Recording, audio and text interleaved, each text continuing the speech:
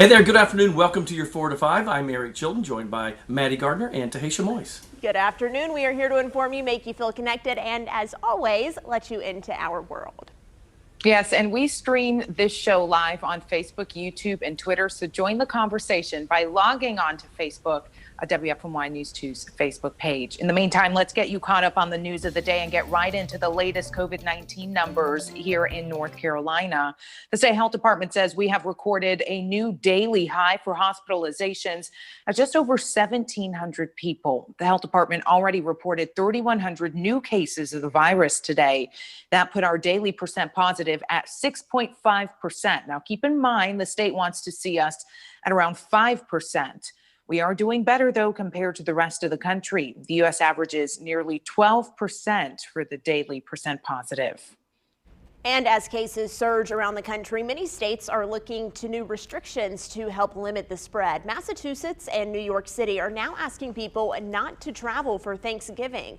Testing locations in a number of states are seeing huge lines. In North Dakota, help arrived for overwhelmed hospitals. Nurses from the U.S. Air Force will help the state through its deadliest month since the start of the pandemic. And as cases surge in South Dakota, the chief medical officer at the largest health system in the Dakotas is asking the governor to issue a statewide mask mandate. But South Dakota's governor still has not issued one. I don't want to approach a policy or a mandate just looking to make people feel good. I want to do good. On a per capita basis, South Dakota is among the world's leaders when it comes to the number of people dying from the virus every day. Americans are traveling more, and that could trickle down and impact the number of cases we are seeing. More than 1 million Americans boarded flights on Sunday, breaking a record because that's the most for a single day since mid-March, all according to the TSA. Last week, the CDC urged Americans to avoid holiday travel that could put them in contact with strangers, including traveling by plane, train, or bus. The U.S. Travel Association is asking travelers who choose to fly to stay masked and practice good hygiene. Well, according to a new poll from High Point University, fewer North Carolinians plan to shop on Black Friday this year. Just more than 30% of people polled said they would still go out to a store and shop. More than half said they would not shop on the day at all. Now, for the entire holiday season, about 44% of people said they would shop online only. About 13% said they would shop at stores, and 30% said they would do both. Avoiding those big crowds on Friday might be the smartest thing for your health. The good news is a lot of major retailers are moving their Black Friday sales to online as well. Walmart, for example, says their best deals will be available online and have already had 2 previous Black Friday events. That's welcoming news for health experts as they stress people to avoid the long lines and crowds this year. Dr. Daniel Joby with Novant Health says that if businesses do decide to open up this year, extra safety precautions need to be put in place. Businesses that are open for Black Friday should try to limit the number of people in the stores at any given time, and they should have mechanisms in place to disinfect surfaces on a frequent basis. So with the amount of shopping I've done already this month, I think I am washing my hands of Black Friday this year. Yes, but have you gotten Christmas gifts or holiday gifts, Taheshah, or are you shopping for yourself right now? Oh, just because it's my birthday coming up? No, I've done a little bit of both. 1 gift for me, 1 for someone else. 2 for me, 1 for someone else. I need to put Always that in my share calendar. the love. Taheshah's birthday coming up. No, I think, you know, Note to self. You said it, Taheshah. Many retailers know that people are trying to avoid the crowds this year, so they're doing a lot of their deals online as well, even curbside. And several major retailers, Target, Walmart, Amazon, they've all had Black Friday. They're calling them Black Friday deals for the past few weeks now. Yeah, I've always been an online shopper anyway, so that won't change a whole lot. The only thing I'm worried about is because a lot of people will be doing this probably more than ever, then will your packages get there on time? That's what I worry about. Definitely something to keep in mind. All right, let's take a look at some more headlines of the day with your 4 to 5 roundup, and we'll start with the NFL. They are once again ramping up COVID-19 restrictions, this time tightening the rules on mask wearing. Now everyone on the sideline has to wear a mask. Players who are not substituting, getting ready to go on the field to play, or are not wearing their helmets will have to wear a mask on the sideline, and that starts this week. Face shields do not count. The league says players who do not wear a mask will be disciplined. The governor of Tokyo, Japan, is confident in the city's ability to host the Summer Olympics next year despite a resurgence of COVID-19 in the country. She told news outlets that she is determined to achieve the games whatever it takes. Those comments come as cases climb in the country and the government attempts to balance public health while keeping the economy afloat.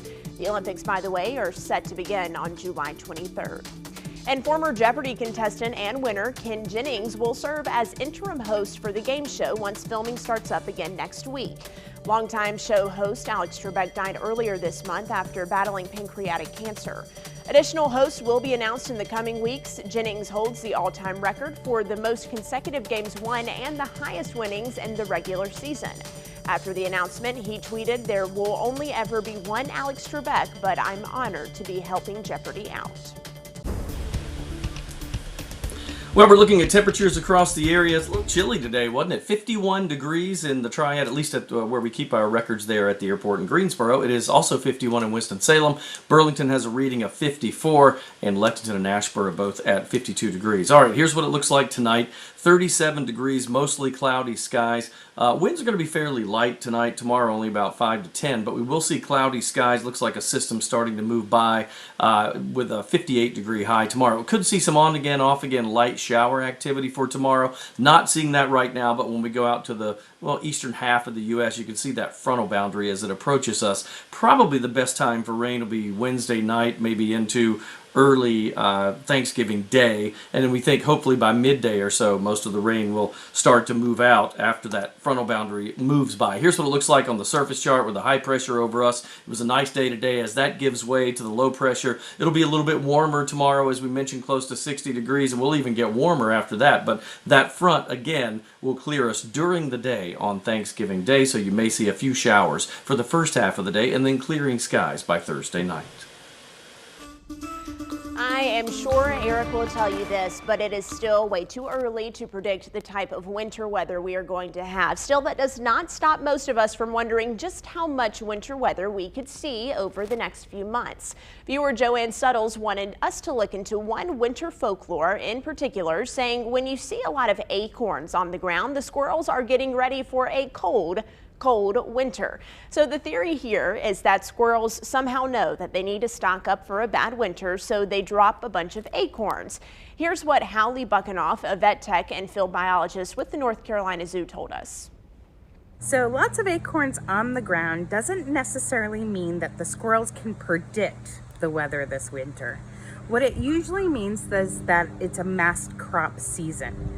And what that is trees like oaks that produce acorns are producing more this year.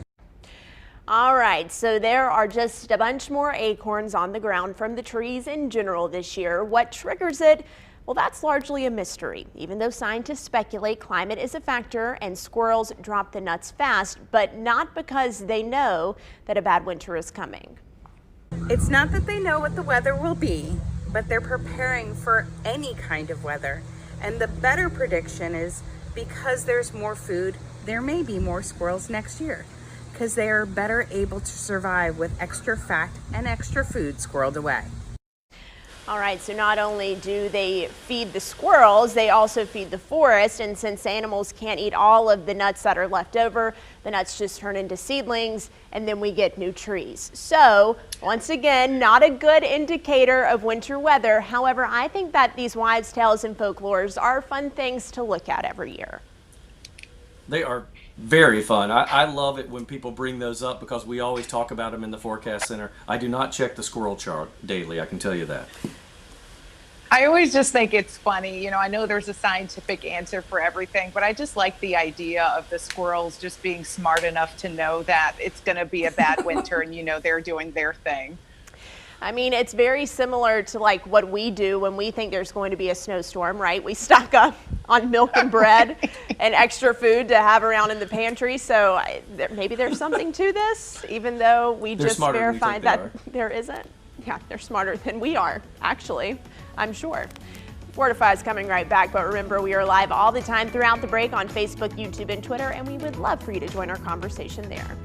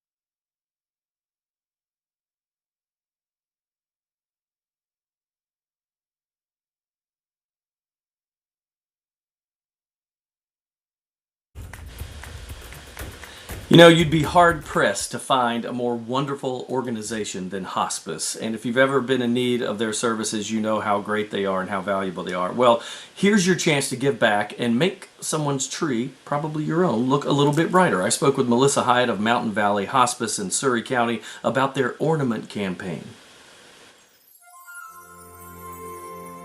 So Melissa, this sounds so cool. And you know, hospice is so much from the heart and ornaments are so sentimental. This just makes sense. But tell us about the campaign. How does this work? Each year, Mountain Valley creates a new Christmas ornament. Our staff designs the ornament and has Crown Awards produce it. It's always marked with the year.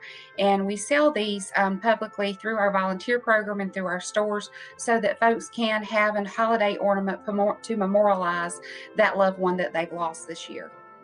What kind of response do you get with this? I mean, obviously, I know firsthand because it was actually your hospice branch that helped me with my parents' passing. I know how important this is to people, but the ornament just seems to tie in with your whole mission. I mean, it's so super sentimental. What kind of response do you get from people? We usually get a really good response, Eric. Folks are excited about the ornament and actually call each year asking for the ornament. However, this year with COVID, it's been a little different because we've had to close foot traffic and to our offices. So we're having to do the sale completely online. So that's why we came to you asking to help us push the word out this year so that we could let folks know that we do have our ornament sales this year. Just real quickly, I wanted you to talk about emotionally how working in a hospice situation affects you and your employees, because that is about as close to a family as you can get. Working for hospice is actually an honor. Most of us look at it as we are God called to do the work that we do. You're working with a family in a very It's a very emotional time that they know that they're getting ready to lose their loved one. We are blessed to be able to become part of that family and help them to ease into that journey and to be able to deal with that loss afterwards. It's so important. The work you do is super valuable. I hope everybody buys this ornament. Thanks for taking time today, Melissa. They do incredible work, and I can tell you, if you haven't been through something like that, good for you. But if you have, then you know firsthand. I can't tell you how valuable they were to my family when you're going through such an emotional, stressful time. Wonderful organization. Right, Eric. And a similar story, Mountain Valley Hospice helped my family tremendously when we lost my granny in February. So a great organization that truly does care about the people that they're taking care of and their families. So just to be able to give back, especially around the holidays, is very meaningful. And I think what she said about being called to do that kind of work is so true, because it does take a special person to care for others, right? And that's the main thing that they do, I should say. So I love the idea of us, the community, being able to give back to them so that they can continue giving back to different families across the triad. A very good point, Taheshah. All right, again, you can find all of that information on WFNYnews2.com. We're heading to break, but we are live on social media. We'll see you there.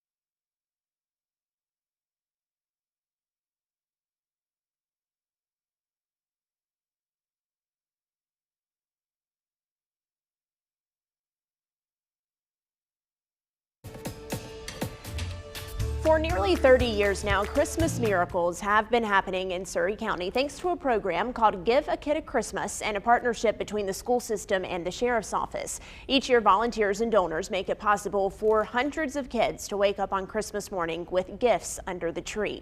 Former Sheriff Grant Mackinson started the program while he was a DARE officer back in 1990, and that's when he met a child who had to wear the same clothes to school for up to 2 years. He asked for donations to buy him a few things that year, but thought if he can help one kid in one school, the community could help hundreds of kids across the county. Now nearly 700 kids are going to get Christmas this year. But just to be a part of watching this happen, miracle, it's Christmas miracle after Christmas miracle after Christmas miracle every year. And that's what we're looking for this year, because the position we find ourselves in is trying to raise money in a pandemic. The events that we've been able to depend on are not able to happen. And now we're working on trying to find creative ways to make sure these kids all have Christmas. And to make that happen, they are hosting their first ever telethon that will premiere live online this Monday at 7 o'clock. There's going to be Christmas music, cooking demonstrations, and local acts performing to raise money for the program. And then on December 10th, 200 volunteers are going to shop for items on each kid's Christmas list. While they usually shop during the day, this year is going to be a little bit different. This year is going to be totally different. The manager, Steve Marshall at the Monterey Walmart, has agreed to let us come in overnight while the store is closed, and we're going to have what we're calling a midnight shopping spree. And listen to this, each kid gets $125 worth of gifts, and with 670 kids already signed up this year, that leaves a lot of fundraising to do. In addition, for shopping for Christmas, the program also boxes up food for 250 families in Surrey County. So a lot of good going on here, and that's where you come in. So first, they need 200 volunteers to shop for those gifts. They also need donations, and you can give money through the telethon, online, or even by mailing a check to the sheriff's office. All of this information is going to be on our website for you. That way you can share it with your friends and your family. But guys, I mean, almost 30 years, what a legacy that this program leaves behind. Think of all of the hundreds, thousands of kids that have benefited from this. Yeah, and I was trying to do some quick math there to try to figure out how much money they needed to raise. I didn't go into this profession for numbers. I use words, right? But it is just such a great thing that they're doing. And I love to see programs grow and grow. And I really just know that those kids are going to have a huge smile on their face, opening anything, just regardless of knowing that someone out there was thinking of them and got them something for Christmas. It's kind of interesting because Graham was the sheriff for so long, and he's continuing to serve, you know, I mean, through this, really, even in retirement. But I was looking at the date on the calendar, Maddie, and that's a Thursday, but I think you and I could probably make it up there. I think we absolutely should, Eric. I'll send you the link for this, and they're doing it in a socially distanced way. That's why they're doing signups for volunteers. The entire Walmart is going to be closed down just so these shoppers can get in there and get what they need. So they're working with Walmart to make this happen in Mount Airy. And guys, I would be remiss if I didn't mention this. When I was talking to Sheriff Atkinson, he said, you know, there have been so many years that I didn't think we were going to be able to pull this off. We needed more money. It was down to the wire. We had promised gifts, and he said, God definitely came through for this. There have been so many miracles, and so he would definitely want that to be mentioned as well, that there was a divine power helping him make this all possible. All right, can't have too many stories like this one. I know.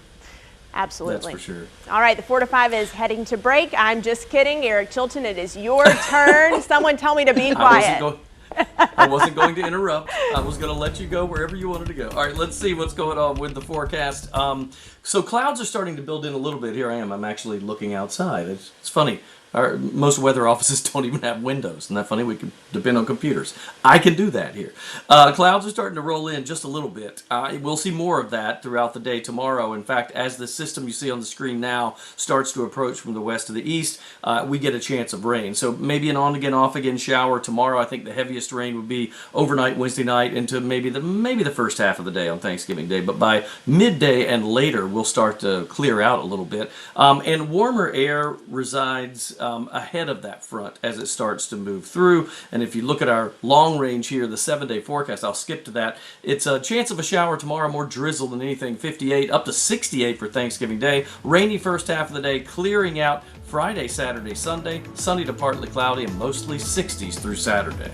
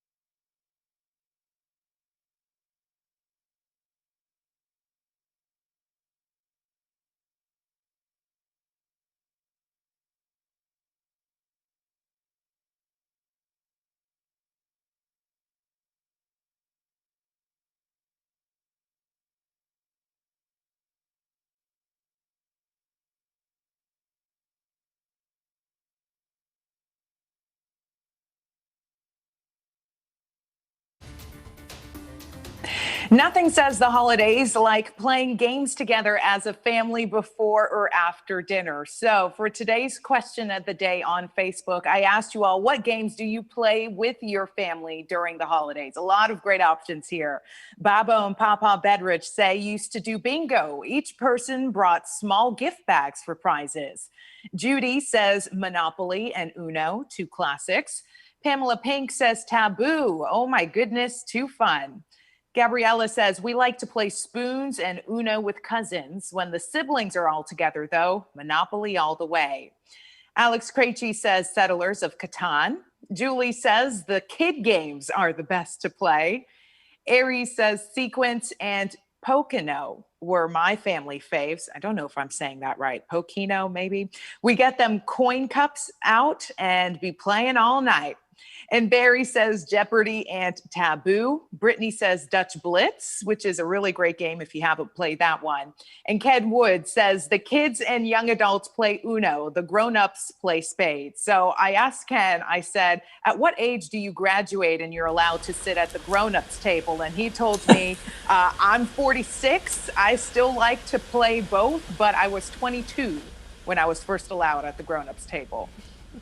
I remember it was always card tables for us. They had these little card tables set up. That's where the kids had to sit. And once I was old enough, my mom and dad said, "Yeah, you should be over here with us." Then I was awkward. I was like, "What do I say to all these grown-ups?" I don't know what to do. I was like the last of the kids in my family. So once I moved on, then we just didn't have a kids table. We had a cousins table. And then when my cousin started having kids, the kids table returned, and I didn't have to sit there anymore, but I still would sit there. As far as games, I am a lover of all board games, but I do have a not so fond memory of setting up the entire game of life. You guys know that has so many pieces. You got all the cards and little people, and yes. I set up the entire thing because one of my sister's friends promised to play with me when I was in elementary school, set the whole thing up, and then he said, "I didn't say I was going to play with you."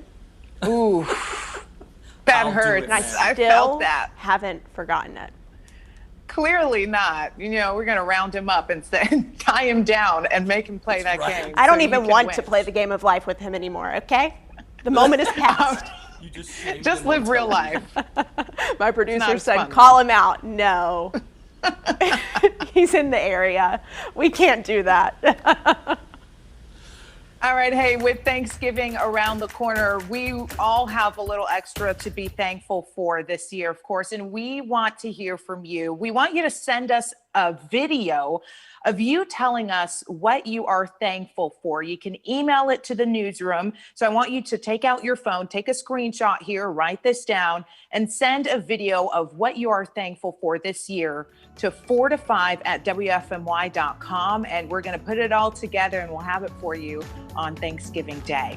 We'll be right back.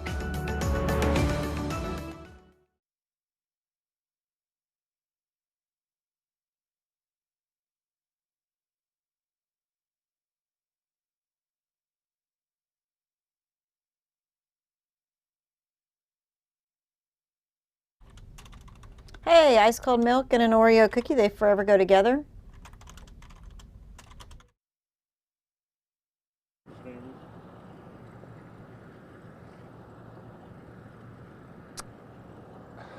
Hello everybody, mic check 1, 2. Pretty exciting news. The men's ACC tournament is coming back in the next 4 months. Can you believe it? Can you believe it?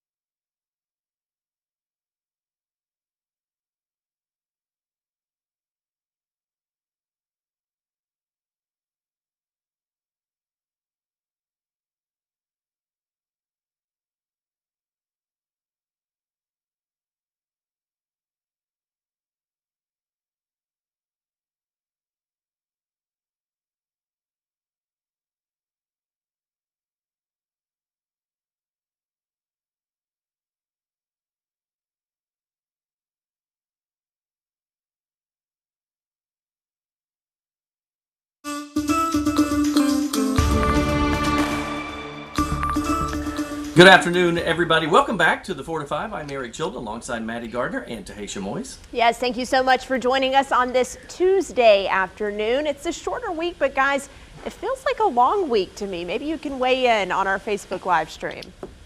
Yes, and we'd love for you to join the conversation. Just head over to the WFMY News 2 Facebook page. But what we are going to talk about right now is some great news for the city of Greensboro.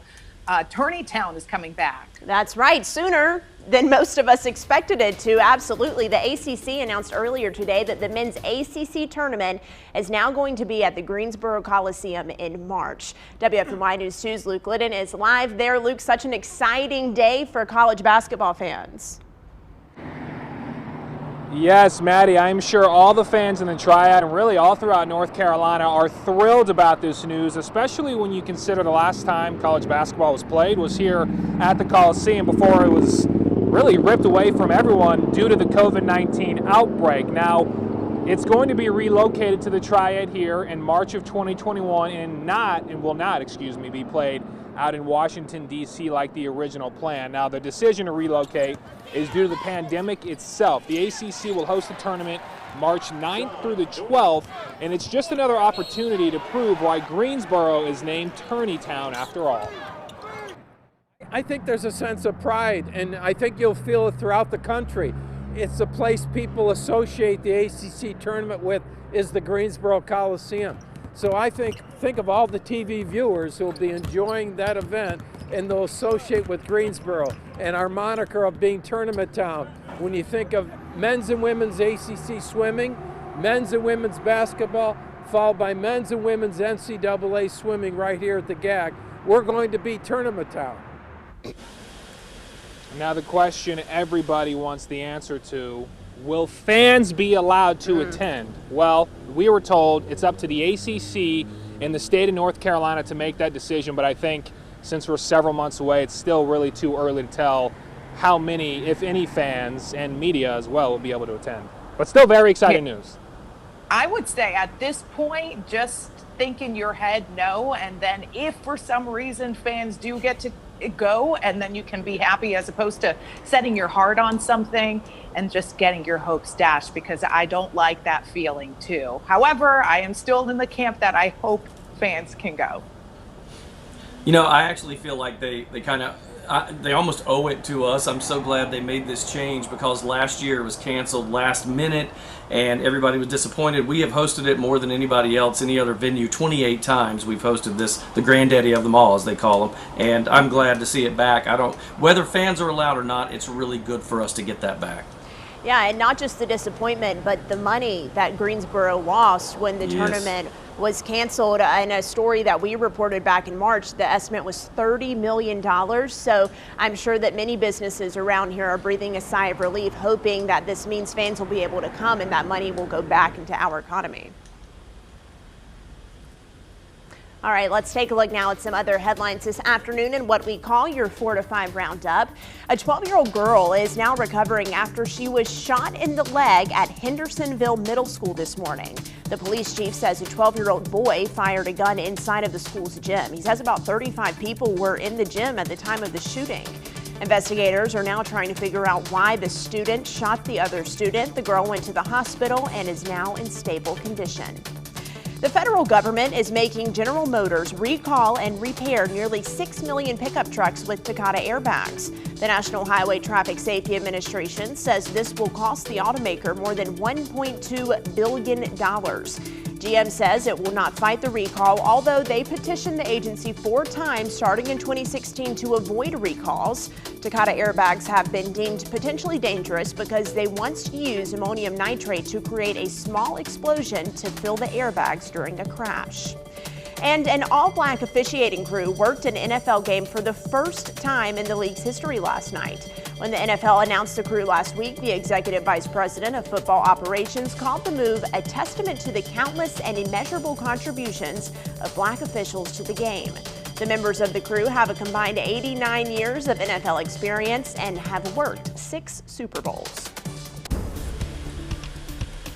You know, the forecast shows a few changes coming up for us. One of those will be clouds starting to build in. We're already seeing that. Our low tonight is expected to go down to about 37. That'll be tomorrow morning's temperature for you there, building to the low 50s by midday. You'll see clouds go on the increase, and we think by afternoon a couple of showers will start to develop. Really, it may be more drizzle tomorrow than definitely not heavier showers. Now, Wednesday night into Thanksgiving morning is when we could see some of the heavier rains. Look for the high around 58. We see cloud cover building in right now. We'll go out to a wider shot just so you look on the left side of your screen. Here comes the front. That'll gradually move by during the day, Wednesday night, and Thursday morning. We're hoping by the time we get to about afternoon time on Turkey Day we'll be in better shape. It'll be warm though, 68 degrees on Thursday. After that rain clears out, beautiful weekend, but it gets cooler. 65 Friday and sunny, partly cloudy Saturday, Sunday, slight rain chance, 62 Saturday, mid-50s on Sunday.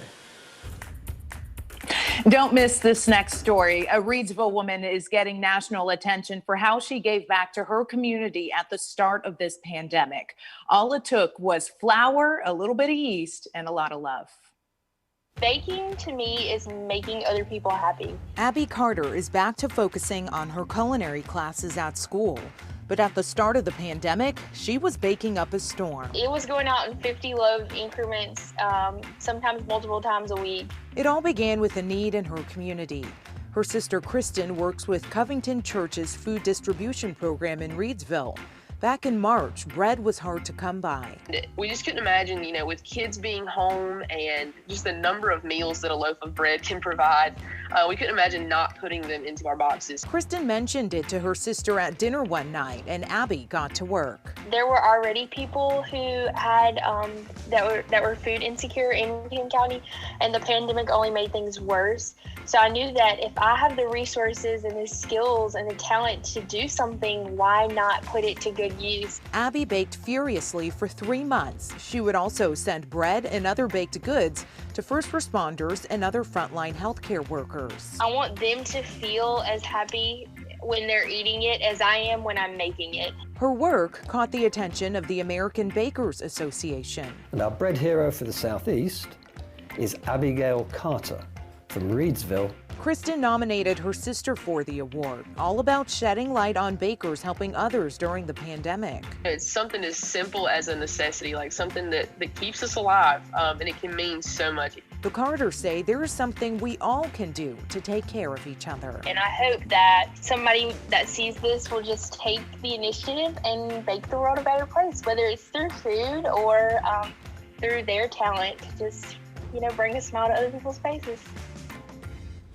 I hope you guys caught the pun. Bake the world a better place. And Abby, she did not take any money from anyone who wanted to give her money. She said, no, I'm doing this out of the goodness of my heart.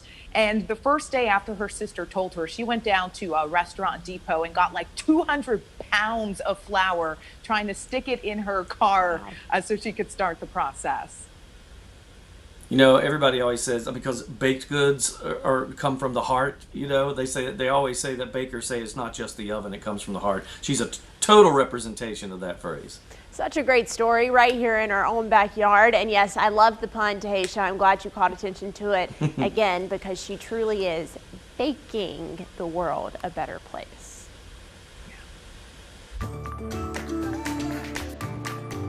Counterfeit goods have actually been a problem for a while, but we just wanted to warn people that we're going to be doing a lot more holiday online shopping this year because of the pandemic, and we expect scammers to set up even more sites with fake products. So we really want to make sure that people are aware that these fake products are out there and how easy it is to stumble into them and buy them. All right, anything and everything can be counterfeit. Here's a list of the top seized items in 2018. You got apparel and accessories, footwear, watches, jewelry. Yes, very popular handbags and wallets on the list. And as always, we see electronics as well. So really anything and everything can be on that list. So I'm curious to know, what is the key to sniffing out these counterfeit products? Is it maybe can you tell by looking at it? Okay, so you would hope that you could, but no, that it is the price that really makes the red flags go up. a lot of times you will find these counterfeit products on websites that look so real, and they look real because the scammers have taken actual pictures and text from the legitimate website and then created their own. But again, the telltale sign is going to be this really low price. All right, so now the question is, how do you know if it's a good price or a price that just screams counterfeit? Well, we're going to answer that question for you tonight at 5 o'clock. Now, do you have a question about what seems like too good to be true of a deal? What about if you got a text that maybe was a scam, but you're not really sure it could be the real thing? Maybe you're hiring a roofer because there was some damage this year. Hey, Lachelle Yates will be here answering your questions about scams, counterfeits, consumer issues, businesses. Text your questions 336-379-5775.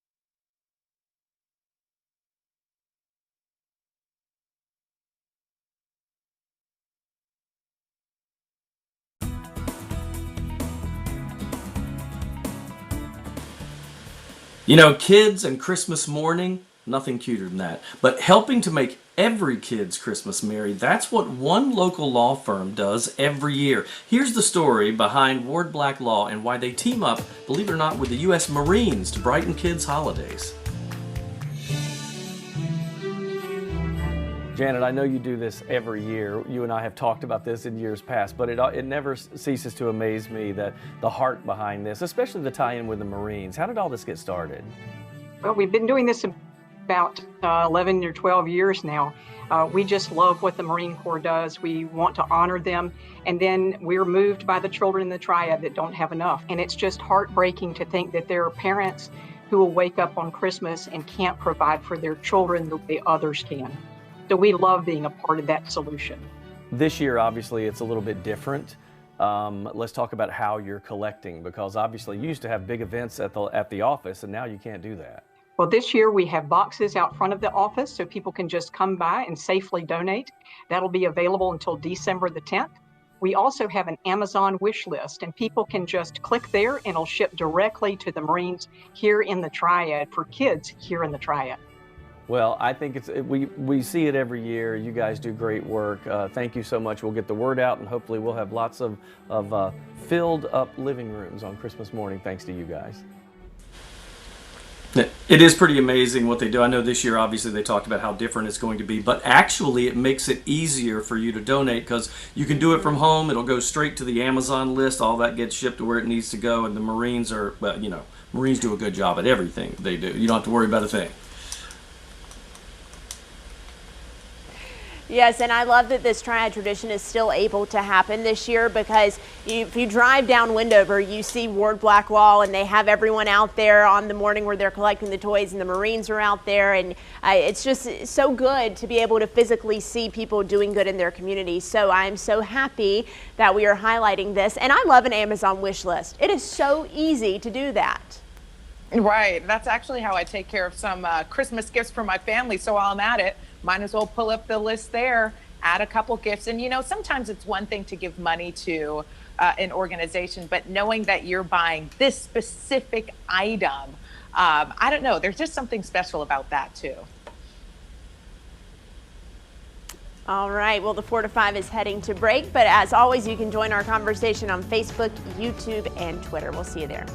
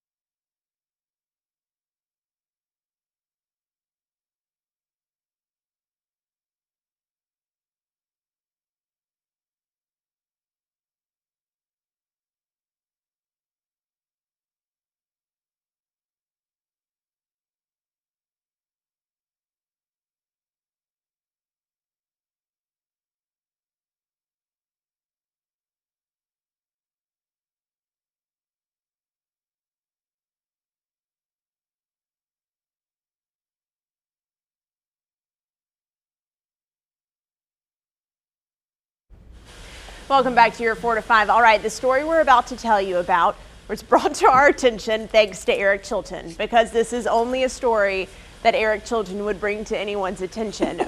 And I was confused about it when he pitched it this morning at 9 a.m. and I was still drinking my coffee, but I'm still confused about it even after 2.5 cups. So let's tell you The Department of Public Safety in Utah, I can't even get it out because this is so weird. They made an odd discovery this week. They found a metal monolith just chilling in the middle of the desert. Eric, what? This was the craziest thing I've ever seen. And at first I didn't believe it. And then when I looked on, I had to look on several different websites to make sure this was the real deal, and it was. So I ended up saying, I'm just going to ask people on Facebook, what do you hope the monolith is? What do you hope it turns out to be? All right, let's show them this thing because it's pretty crazy. Look at it. Here are some pictures posted by the Department of Public Safety. I mean, the crew said that there was no obvious indication of who might have put this thing there. The exact location isn't being shared, but our sister station is reporting that it's about 40 miles off the nearest road. It's in a very remote area. The Utah Department of Public Safety even had a little fun with this, saying no matter what planet you're from, it is illegal to install structures or art without authorization on federally managed public lands.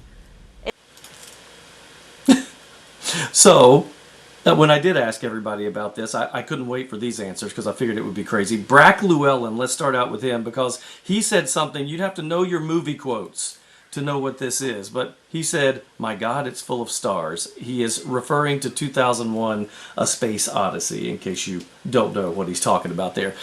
James Thornsberry showed a gif of monkeys standing around a monolith saying, remember the public phone. Robert Bryce said, it is a case of coronavirus vaccines from an alien planet. How about that? And then probably my favorite comment is from LP Irby, who said, where is the Space Force when you need them? Look, by the way, real quick, before we go any further, I want to read just real quick, I want to read a couple because I had a ton of extra comments that were so funny. Corey says, endless magical supply of toilet paper. That's what is in there. LeVar said, aliens, please let it be aliens. Somebody else said, E.T. phone home. Somebody else said, space debris. So take your pick. It's one of those. Taheshah. Honestly, I still had no idea what you were talking about until we showed the photo, and I'm like this, like staring at my computer trying to figure out what it is. Okay, great, a metal box in the middle of nowhere. But here's the thing about aliens. They're not going to come to Earth. Have you been to Earth? It's not a great place right now. They're like, you know what? We'll come back when things are a little better. But the Department of Public Safety says it looks like this thing was professionally installed. Like whoever did this knew exactly what they were doing and they were committed to it. And they've got to x-ray it. You got to do an x-ray and see if it's just solid or if there's something in there. No, I think we leave it alone. Like put a sheet over it and hope that it goes away. If you don't look at it, right? It's not there. I pretend it's not That's there. right. La la la. I La, don't. la, la, la. Because it's 2020, and who knows? And I'm not messing with it. We'll be back.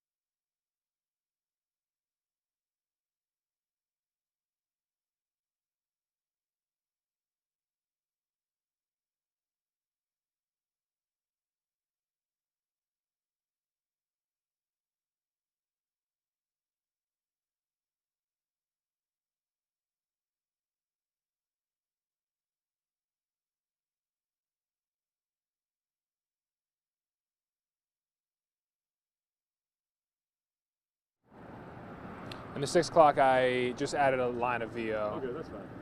Hey guys, mic check 1, 2, 3, 4. We are live here outside the ACC Hall of Champions, and it's a little chilly. Hey, Callie, if you could tell me how the first movie shot is. I see 3 different shots. Do I start on camera or is my last line on camera? Okay. All right, thank you.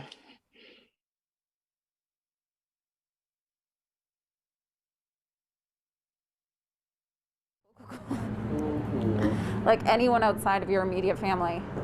Hey, mic check, let's start on a local level. You'll notice occupancy and capacity limit signs like this when you're out and about in Greensboro. Well, there's still long lines, another day of long lines here at the Guilford County Department of Public Health. You can look right down.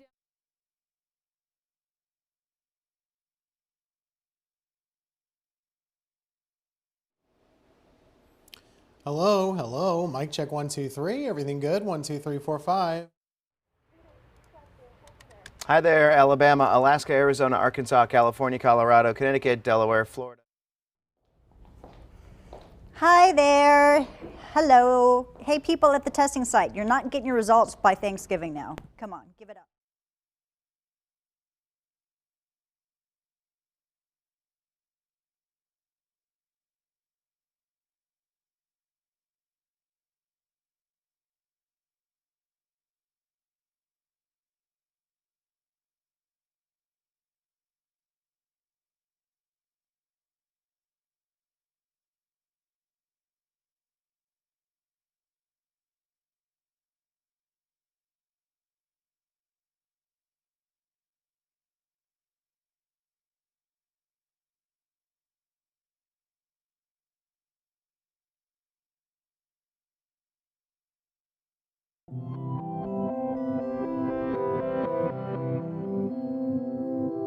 So, you know, my 2 cents is really supposed to be a personal opinion of us, not the opinion of the station, just us individually, whatever we want to talk about. And today, even though we preach this, I know in newscasts you hear this all over the country, but I do want to talk about Thanksgiving gatherings and the pandemic. It is something that we have to consider. And when I started researching this a little bit and said, what am I going to say about this? I know I want to say be careful and don't spread it with gigantic gatherings. I know it's hard, with family and having to not see them in the holiday season, especially in this year. It's extremely difficult. But then I read these numbers. So Johns Hopkins said in a new study that we're seeing 170,000 cases daily. We have seen over 12 million infected and 270,000 deaths plus. That keeps rising. And then this kind of hit me when Dr. Fauci said that he's concerned that, and this does make sense, that after Thanksgiving happens and all those gatherings and millions of people traveling, it'll take a few weeks, right, for that spread to happen, for it to spread to others, and that peak will happen, guess when? Right around Christmas. Think about that. It is not the way we want to end 2020. Be as mindful of you can of this, be as safe as possible, and love your relatives from a distance. Even if you can do what I joked with my sister-in-law with, that I said I was going to do at Thanksgiving. I said, I'll put an iPad up and we'll FaceTime you, put a little brown wig on it so it looks like her. It's funny, but it may work. Think about that. That's just my 2 cents. And that's your 4 to 5. WFMY News 2 at 5 starts now.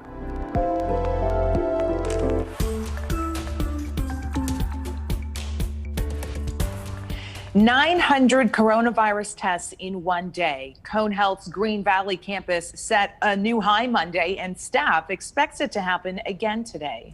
This comes as COVID hospitalizations hit a new record across the state as well. WFMY News 2's Grace Holland is live outside of a testing center in Greensboro with how a rush of people are getting tested before Thanksgiving.